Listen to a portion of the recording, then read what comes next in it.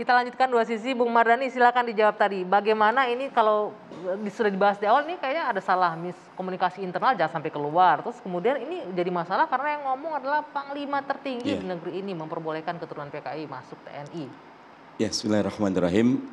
Anggi, tentu ada 3 faktor nih yang membuat ini menjadi quote and unquote viral dan terus bergulir. Yang pertama yang bicara Panglima. Dengan setting yang quote and unquote agak dramatis ya.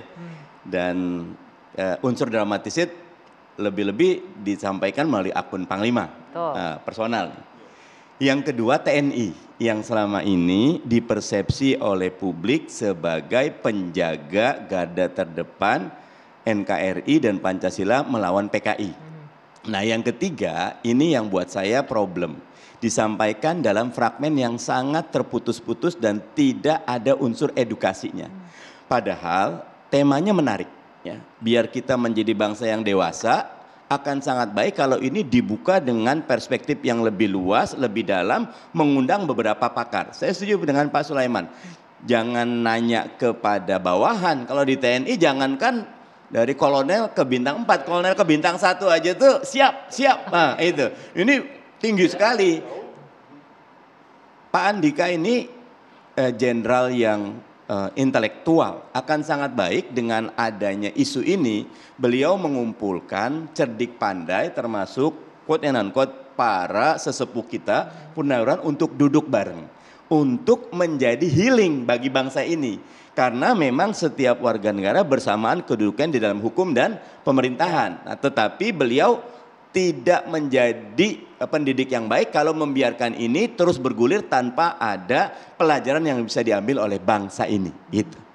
Jadi kemudian banyak catatannya ya, TNI paling terdepan untuk menjaga NKRI dan juga menjaga ideologi Pancasila.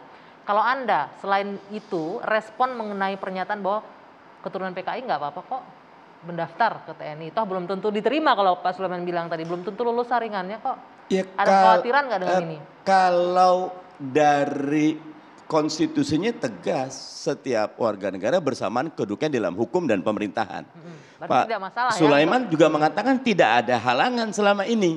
Tetapi kami yakin selama ini ada satu konsensus bersama di teman-teman TNI untuk menjaga quote and unquote bahaya laten. Mau IKA, IKI, tengah segala macam selalu ada kewaspadaan. Karena memang fungsi dari TNI adalah pertahanan. Ya, bukannya ke dalam, tapi betul-betul. Dan sekarang ini cara yang baik pertahanan itu bukannya diam tapi menyerang. Dalam arti ayo kita angkat Pancasila kita buat diskursus yang baik. Kenapa PKI dulu dilarang? Apa salahnya?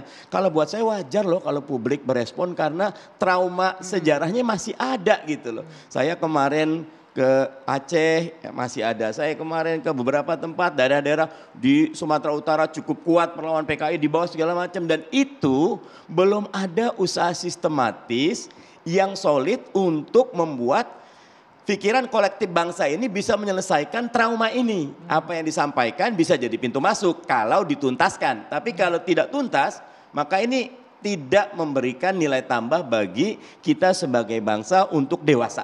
Oke, tadi disebutkan akan mengkhawatirkan adanya bahaya laten. Kalau Anda masih melihat Pak Ilham, ini dari keturunan langsung nih, bahaya laten itu masih ada nggak sih? Kalau saya boleh bertanya, apa ya, komunitas keluarga PKI atau keluarga korban 65 segala macam masih aktif nggak sampai sekarang?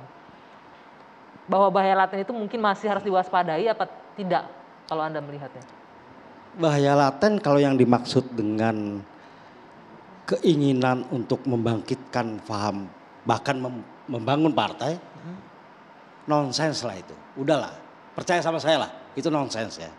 Membangun partainya enggak, tapi pahamnya untuk diturunkan mungkin ke anak, cucu, ke lingkungan sekitar komunitas keluarga korban misalnya. Enggak, kalau orang bertanya, Bapak apa sih komunisme? Kemudian si bapaknya yang jelasin, komunis itu begini, kitab sucinya ini, maksudnya ini dan sebagainya, itu kan diskusi biasa saja. Tetapi secara khusus bahkan, ini kalau saya harus jujur, anak-anak di generasi ketiga, itu kadang-kadang juga marah sama orang tuanya. Ngapain kamu masuk? Ngapain bapak kok masuk ke sebuah partai seperti itu? Tapi itu tidak terlalu banyak ya. Tapi maksud saya gini, kalau bahaya laten, Pertama saya selalu mengatakan bahwa sudah tidak ada ruang lagi untuk komunisme khususnya di Indonesia. Di dunia pun sebetulnya sudah sempit sekali ruangnya. Kemudian ada begitu banyak ancaman lain selain komunisme, jelas ya. Saya nggak lihat komunisme sebagai sebuah ancaman, tapi ancaman lain itu korupsi. Anda tidak melihat komunisme sebagai ancaman? Saya tidak melihat komunisme sebagai ancaman, itu clear. Ya. Bahkan menurut saya ancaman lainnya adalah paham-paham yang juga tidak setuju dengan Pancasila. Paham radikalisme dan sebagainya. Itu menurut saya lebih nyata gitu loh. Menurut saya itu jauh lebih aktif sekarang ini merongrong quote unquote ke bangsa ini. Komunisme itu sedikit saja bunyi sudah dikepruk. Udah pastilah itu ya. Nah kemudian saya pengen katakan juga bahwa apakah kemudian komunisme itu kemudian masih ada di Indonesia seperti yang Anda katakan? Saya bilang sebuah ideologi, apakah itu kekhilafahan, apakah itu komunisme segala macam, itu tidak bisa diberangus.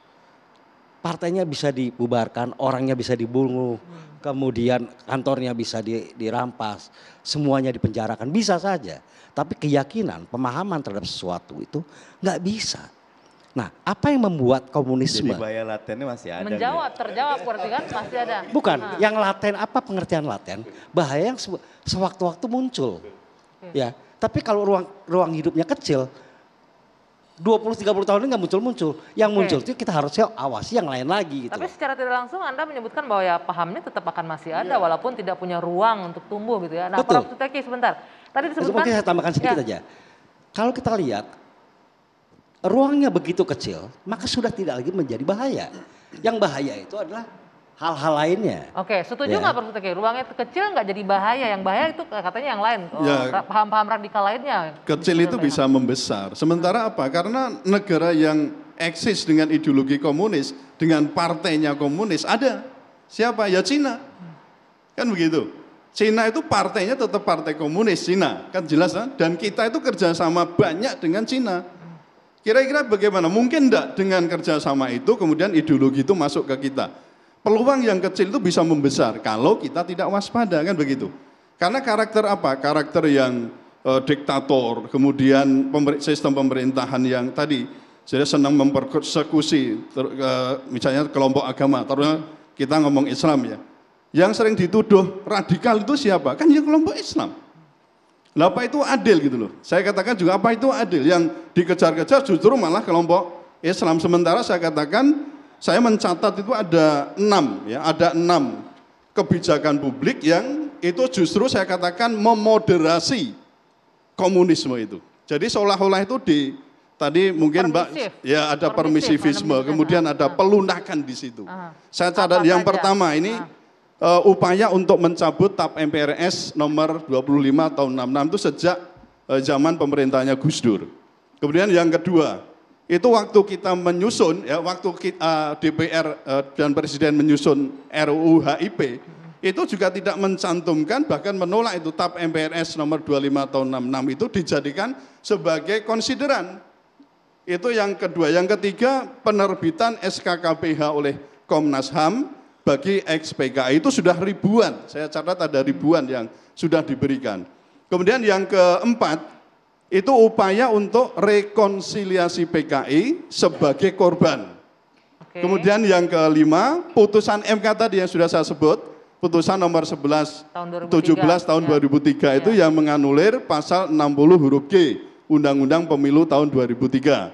Lalu yang keenam, nah yang tadi ini, Panglima TNI itu menyatakan bahwa ya apakah dimaknai sebagai hanya mendaftar atau mungkin berlanjut juga bisa menjadi anggota TNI.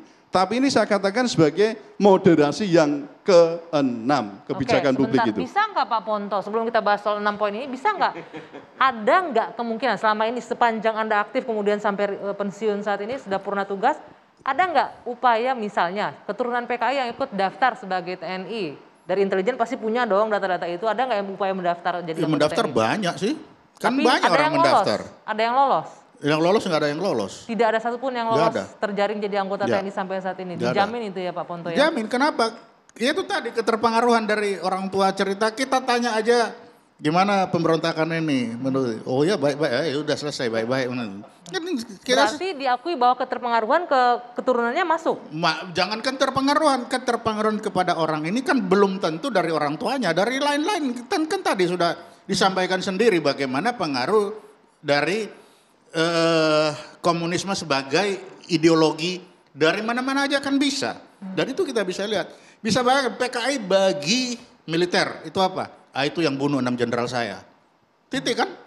Lah kira-kira kalau 6 bunuh jenderal saya, bagaimana mereka melihat betapa ini, oh ini ada calon-calon PKI baru nih mau masuk ke sini. Itu seperti apa ini sensitivitasnya? Nah dengan itu Anda melihat seperti apa pula sensitivitas Jenderal Andika menyampaikan pernyataan Lah ini? karena beliau kan hanya mengulangi kembali karena ada salah bicara dari si kolonelnya. Kolonelnya bilang, oh anak PKI. Padahal bukan itu, keterpengaruhan itu, bukan itu maksudnya. Pahamnya, berarti harus koreksi adalah diksinya ya, redaksionalnya. Tapi itu adalah diksi intern kita ya begitu itu. Tapi dibaca keluar ya jadinya begitu itu. Kan ini masalahnya. Jadi kalau di dalam ya udah tahu lah kita itu. Ini masih menyangkut dengan memoderasi tadi ya. Kita punya beberapa komentar dari pejabat-pejabat negara terkait dengan pernyataan Jenderal Andika. Mungkin kita bisa lihat bersama-sama. Yang pertama ini Pak Mahfud MD menyampaikan syarat-syarat misalnya ya untuk ikut jadi caleg, untuk jadi kepala daerah dan semuanya kan sudah tidak pakai syarat-syarat itu. PNS juga sudah tidak pakai itu, udah lama. Tidak apa-apa. Jadi TNI bukan yang pertama. Malah Mahkamah Konstitusi dulu berani sekali membuat keputusan untuk jabatan politik boleh. Itu kan Mahkamah Konstitusi yang mulai dulu pertama. Ada TNI itu hebat loh, punya alat tes untuk tahu kecenderungan orang itu kemana. Itu ada alatnya dan itu ilmiah. Oke, kemudian juga ada kutipan pernyataan mungkin bisa dihadirkan screen grabnya nanti. Pak Ponto ingin mengomentari pernyataan Pak Mahfud tadi? Itu kan pas punya alat tes. Jadi kalau TNI itu sudah duluan saya kira dari PNS itu. Undang-Undang 34 2004 persyaratan masuk TNI kan enggak ada itu larangan anak-anak itu. Saya mendaftar tahun 73 enggak ada juga itu. Jadi itu bukan barang baru itu. Sudah kita laksanakan. Tapi alat tes itu ada. Oke, nanti kita lanjutkan perbincangan ini. Kita harus jeda dulu, dua sisi kembali sesaat lagi.